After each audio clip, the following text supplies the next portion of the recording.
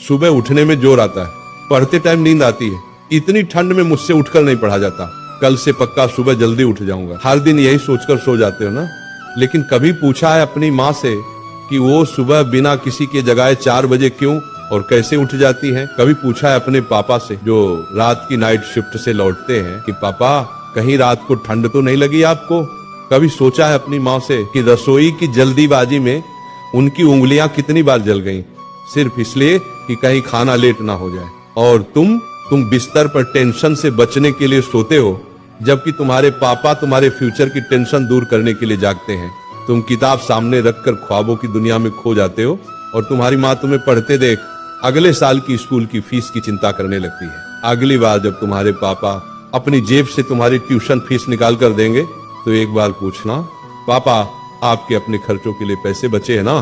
किताब तुम्हारे सामने होती है लेकिन तुम्हारा मन फ्यूचर और पास्ट में खोया रहता है, क्योंकि तुमने कभी अपने आप से सवाल ही नहीं पूछा, मैं पढ़ क्यों रहा हूँ? जवाब छोड़ो, सवाल भी कभी दिमाग में नहीं आया होगा। क्यों भाई, किससे बचने की कोशिश कर रहे हो?